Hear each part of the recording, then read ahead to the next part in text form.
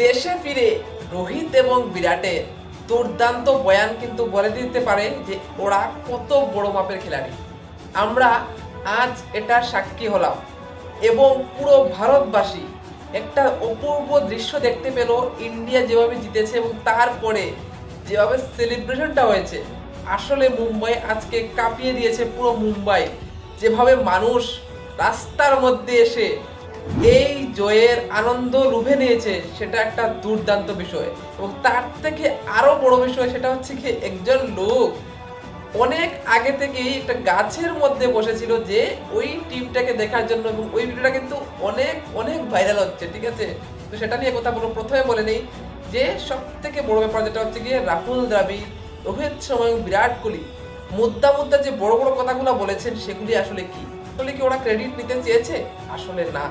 সব থেকে বড় কথা কাপ্তান রোহিত শর্মা বলেছে যে আমি লাকি যে এমন একটা টিম পেয়েছি যে এই টিমের প্রত্যেকটা প্লেয়ার তার নিজের একটা অবদান রেখেছে এই জিতের জন্য। এই তো অনেক বড় কথা। তার সাথে সাথে উনি আরেকটা কথা বলেন, হার্দিক পান্ডিয়ার সেই ওভারগুলা, এবং বিশেষ করে যে লাস্ট ওভারটা ছিল, আমরা জানি ডেভিড মিলার কত বড় মাপের প্লেয়ার, সে কিন্তু যে কোনো মুহূর্তে ম্যাচটাকে ঘুরে দিতে পারে। সেই জায়গায় দাঁড়িয়ে হার্দিক পান্ডিয়া শেষ ওভারে যেভাবে বোলিং করে ম্যাচটা জিতেছে, তো সেই হার্দিক পান্ডিয়ার জন্য একটা হাততালি হয়ে যায়। সেই কথাটা খোদ রোহিত শর্মা সেই মুম্বাইয়ের মাঠে দাঁড়িয়ে বলেছেন, এবং সেই মুম্বাইয়ের মাঠে যেখানে তাকে ভু করা হচ্ছিল, সেই মাঠে সব দর্শক কিন্তু হার্দিক হার্দিক বলে চেয়ার করছিল এবং হাততালি দিয়ে তাকে সম্বোধন করছিল। তো সেটাই হচ্ছে ভাই ভারত, সেটাই হচ্ছে ইন্ডিয়া। এবং রোহিত শর্মা খোদ নিজে হার্দিক পান্ডিয়ার জন্য চেয়ার করার জন্য কথা বলেছেন। সেটা অনেক বড় মাপের, মানুষ বোঝা যায় যে রোহিত শর্মা কত বড় মাপের একটা খেলাড়ি এবং কাপ্তান, ঠিক আছে। তারপর চলে আসি আমরা একটু কোচের কাছে। তো কোচ ওয়ার্ল্ড কাপ হারার পরে কিন্তু একরকম ডিসিশন নিয়ে নিয়েছিলেন যে হয়তো উনি আর কোচ থাকবেন না।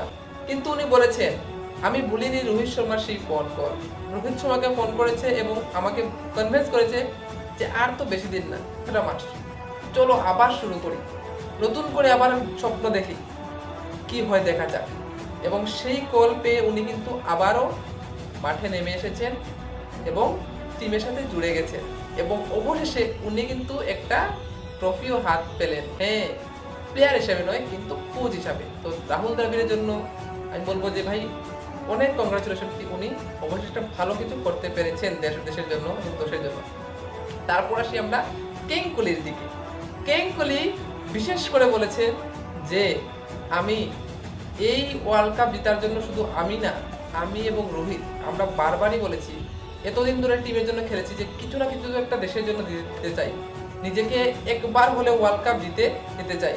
কারণ আমি যখন 2011-তে ওয়ার্ল্ড কাপ জিতেছিলাম, তখন আমি দেখেছি সিনিয়র প্লেয়ারগুলো কেন কাঁদছে বা কেন এত ইমোশন হচ্ছিল। আমরা তো একটা ওয়ার্ল্ড কাপই জিতেছি, চলো আনন্দ করি, সেটা উনি বলেছেন। কিন্তু উনি বুঝতে পারেননি যে সেই জিতের পিছনে কতটুকু পরিশ্রম লুকিয়ে আছে, সেটা উনি আজ এসে উপলব্ধি করতে পেরেছেন। উনি ক্লিয়ার বলেছেন যে আমি আজকে বুঝতে পারছি কেন ওরা ওই দিন কেঁদেছিল, এটা অনেক বড় কথা।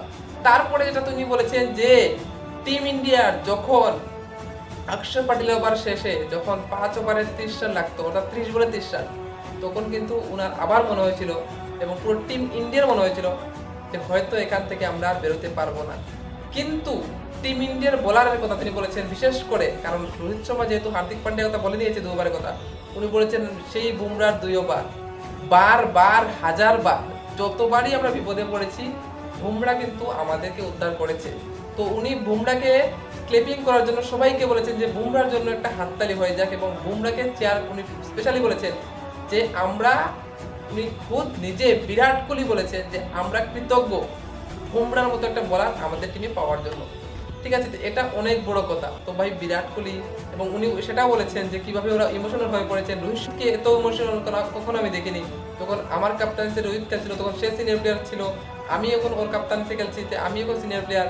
তো আমরা যেভাবে ওই টিমটাকে লিড করেছি এবং যেভাবে এগিয়ে নিয়ে গেছি, এবং রোহিত শর্মা যেভাবে ইমোশনাল হয়েছিল, আমিও ইমোশনাল হয়ে গেছিলাম। তো এই একটা যে মুহূর্ত উনি বলেছেন, তো এটা একটা থেকে ক্লিয়ার হয়ে যাচ্ছে যে ইন্ডিয়া কতটুকু ডেসপারেট ছিল ওই ট্রফির জন্য, ওই তিরঙ্গাকে উপরে নিয়ে যাওয়ার জন্য। সেটা এই ম্যাচ দেখে এই কথাগুলো শুনে বোঝা হলো, ঠিক আছে। তো এটা থেকে বলা যায় যে এরা দুজন কত বড় লিডার, যে নিজে একটু ক্রেডিট না দিয়ে পুরো টিমটাকে ক্রেডিট বেটে দিল। সেটাই হচ্ছে ভাই একটা বড় প্লেয়ারের সবথেকে বড় আদর্শ। তো তোমাদের কি মনে হয়, তাদের কথাগুলো কেমন লেগেছে তোমরা কমেন্টে বলে দিও। ভিডিও ভালো লাগলে ভিডিও লাইক করে দিও, চ্যানেল নতুন সাবস্ক্রাইব করে বেল আইকন দাবিয়ে দিও। দেখা হচ্ছে একটা ভিডিও, ততক্ষণ যেন বাই বাই।